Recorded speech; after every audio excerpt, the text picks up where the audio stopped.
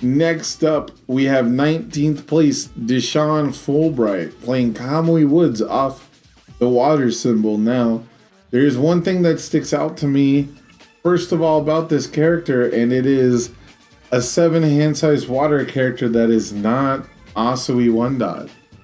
This is not a frog deck, but it should probably just be a frog deck, right? Didn't we determine a long time ago that Kamui Woods is cool, but he's just not Asui? I don't know. Maybe the deck list can tell me something different. Let's find out. Starting off with Cheerful Uppercut. So this is pretty cool. We get to clog card pools, and you know, it's typically used as a block, but sometimes just a massive low momentum dump. We have Giant Ice Wall. Giant Ice Wall is lots of stun, and it has the high breaker. We have Frigid Heat Wave, which is kind of interesting that we've got Heat Wave and Cheerful Uppercut. You know, typically we just kind of choose Ice Storm over Uppercut, but we went extra defensive here. Where did Dshawn? Yeah, Dshawn was at 27th seed, so we were prepared to go second. We ran both defensive attacks here. Freezer Burn. I love Freezer Burn. You know, no interaction from the opponent is pretty nice.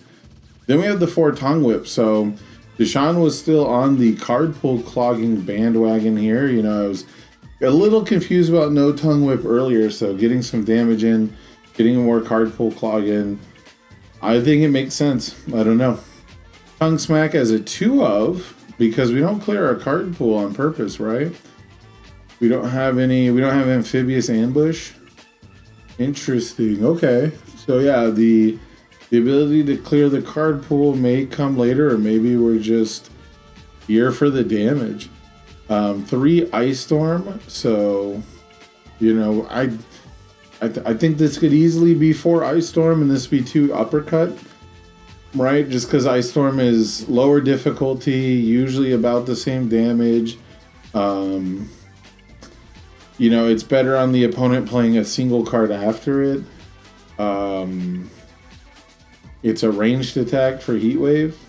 I don't know. Maybe there was some testing. Maybe there's specific things like combos that we wanted to interrupt, right? Next up, we have the Foundations. We have 2 Prone to Dry Eyes. Very similar to the Asui's. 3 Rescue completed, because we're great at using that as well.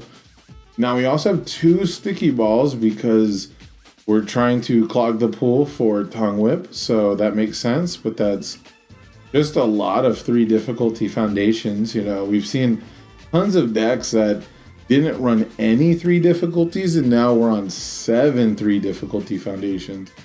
And the deck's not too big, it's only 62. That's, you know, medium big, I suppose. Exhaust Exclamation makes a lot of sense. 1 Faith Shield main, 2-sided. 2 Wall Cling, 1-sided. Alright, okay. Ready for some throws, ready for some jolts. 1 Self-Assured. 2 Irrefutable main, 1-sided. Alright. 1 Frozen.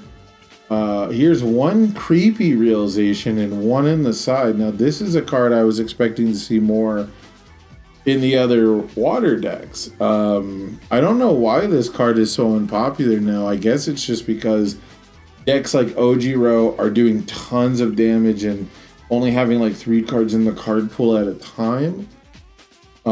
Maybe it's just because Tokoyami just does way too much damage, and -5 damage on his 3rd or 4th attack just isn't worth it. You get stunned out, so yeah, I was a little surprised to see Creepy not included more with the card pool clogging strategies. 3 Struggling with Studies is a great defensive piece. It protects you from flip. 3 Ice Gliding because it's hard to block right now. Next up, we have 4 Tape, which goes so well with our 3+ Ultra, so I think this is the way to go. I do think that this is like something you need to have right now if you want to be a defensive deck. We're missing 1 Basic Training. We're probably missing 1 Surviving the Final.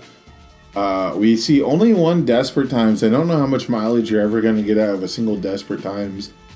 The decks that like to draw cards the most right now are probably Earth decks. It can't be fixed decks, so it's pretty interesting. 3 gotcha. What's our low blocks like? We have so many low blocks. The deck is telling me that there has been quite a bit of practice put into it, but I think we wanted everything. I think that we wanted just a little bit of everyone's plate, you know, a little spice here and there, a little spice there, a little this spice. And by the end of it, we took all of the things that we liked and we put them together. And I don't know. It's everything that we like. I mean, yeah, gotcha is good with rescue completed, but I guess you can use that offensively. It's very difficult to think of that as offensive pressure, but it sure is +2 speed on any commit, and that's respectable. I feel like this deck would have done amazing in set 2.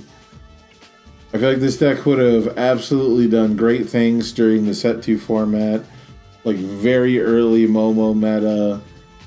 You know, maybe even middle Momo meta, we were seeing like lots of Kamuis get away with stuff. So, yeah, I needed this to be Asui, man. I needed this to have something more explosive, something scarier.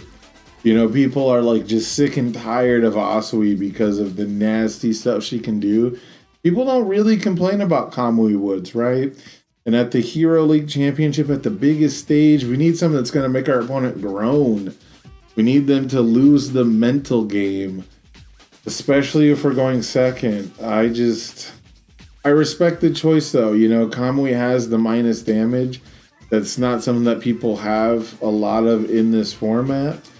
You know, you're not going to be able to block too often, so having -2, maybe even like a -3 damage, I totally understand that, but we really needed a character more broken. We needed a more overpowered, a less fair character, because you will probably see turns 3 and 4 a little more often than Asui will, but you're going to have to, because you're not going to be winning on turn 2 and 3 as often. So all in all, I love the idea of playing a more defensive deck.